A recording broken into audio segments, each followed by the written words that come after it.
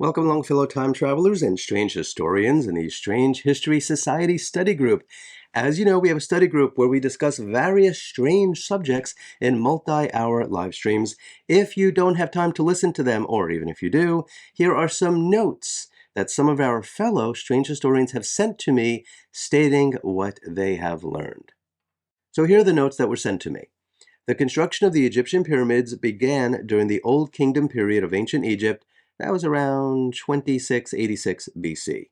They used a variety of materials. They used sandstone, they used granite, and they used limestone.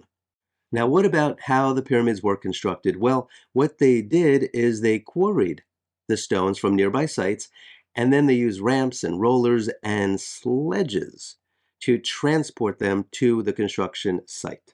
Now, what about the people who built it? Well, those were experienced supervisors, right? And they would oversee organized teams of skilled laborers.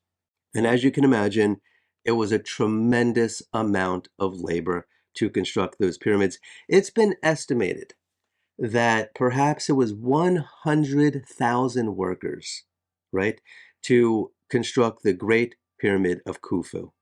By the way, contrary to popular belief, the workers were not slaves, but rather they were paid laborers who received necessities in exchange for their work. They got food and they got clothing, and obviously, temporarily at least, well, for the 20 years or whatever it was that they spent building it, they had a place to live. Now, the pyramids were constructed using a technique known as corbelling. And what they did is each layer of stones were laid slightly inward from the layer below it. And what this did is it created a sloping surface that formed the pyramid's shape. A lot of people seem to think that maybe ancient aliens were involved, and we actually talked about that in another live stream, and we're actually going to talk about that in other study notes. But what they would do to construct these pyramids is to build the stones, they would cut them using copper chisels and hammers made of diorite. That's a hard stone that was capable of breaking through the limestone. And then they would use sand and emery and some other abrasive materials in order to smooth out the stones. Now, then you got the use of leverage and gravity. And that was for the blocks of stone being used to fit together, right? Because, I mean, if you go over to the pyramids, take a look at photos, I mean, they're really, really freaking packed in there tight. And so the workers would use wooden levers in order to position the blocks, and they would allow gravity to lock them into place. So it's pretty impressive. Now, what about astronomical stuff? Well, the corners of the pyramids were very specifically and carefully aligned with the cardinal points of the compass. And so they would use astronomical observations in order to ensure their accuracy. Now, inside the pyramids, you had the burial of goods and you had the pharaoh's body. And so inside the pyramids themselves are internal chambers and passages. And imagine how fascinating that must have been to design them, to construct them, and for people to have found out about them much, much later, because you would think that these pyramids would just be sealed and there was just no way anybody was getting in there. But over the course of time, we now know that's not been the case.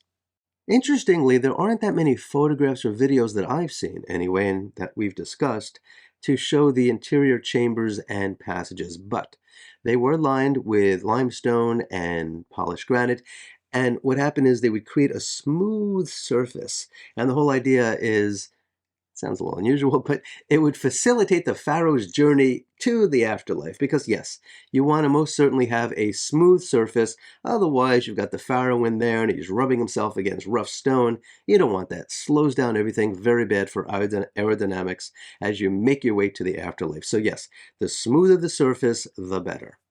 The pyramids were also adorned with intricate carvings and inscriptions. They would depict scenes from the pharaoh's magnificent life.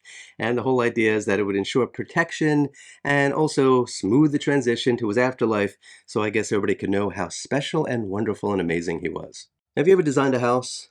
Have you ever tried to work with contractors? Not the easiest thing in the world, right? And so the pharaoh had his officials who were the ones who would actually manage and direct everything with the construction of the pyramids. So you can imagine the high degree of organizational skill that was required in order to facilitate these amazing pyramids. A lot of people think it was just manual laborers that were doing this, but you had really amazing and skilled craftsmen. You had fantastic laborers. I mean, honestly, this was a lot of work, but there was a great deal of pride in being associated with the construction of the pyramids as well. You also had farmers, right? I mean, you had an entire army of people there because you not only had to do the work, but you had to clothe these people, you had to have some kind of maybe medical assistance there, and you had to have them eat. And so you can imagine the big role involved with taking care of the people that were building the pyramids. So for now, we'll just say that the pyramids were indeed constructed by these amazing Egyptians using fantastic ingenuity and certainly a good deal of human labor. It was an impressive feat of engineering. Everybody knows that. But it wasn't beyond the capabilities of ancient human civilizations. Sure, there are all kinds of theories, there are all kinds of hypotheses about how the pyramids were built, but let's just say that the general consensus is that the workers used ramps, they used sledges, and they used other techniques in order to transport really massive stone blocks. And then they would lift them into place, and they would use certainly brute force, without a shadow of a doubt, brute force. But they also used levers and pulleys and just a great deal of skills and sort of amazing abilities that we just don't know about. And so it's a mystery. But there's no evidence to suggest that aliens were involved. Just saying. Doesn't mean it's not true. Anyway, those are just some of the things that we discussed in the study group. It's a fun group. We hang out, we have fun. If you could ever catch me in the live streams, please listen to them. I appreciate it. Otherwise, we've got these wrap-ups that I'm going to be doing in order for you to learn about what we discussed. And so this concludes this episode of Strange History Study Notes. If you enjoyed this video, please hit the like button, kindly share the video, and most certainly subscribe to my channel. And if you could become a member of my channel, that would be magnificent. There's all sorts of cool perks. Also, if you want to support this channel and this kind of content, you could buy a super thanks in the comments below. Also, please check out the links below to see how you can make a donation directly, and also check out my sponsor. Doing stuff like that really helps me out a lot. Also, do yourself a favor and go to a local shelter and adopt a cat or a dog. You'll be very glad that you did. Until next time, I wish you safe travels on all your journeys.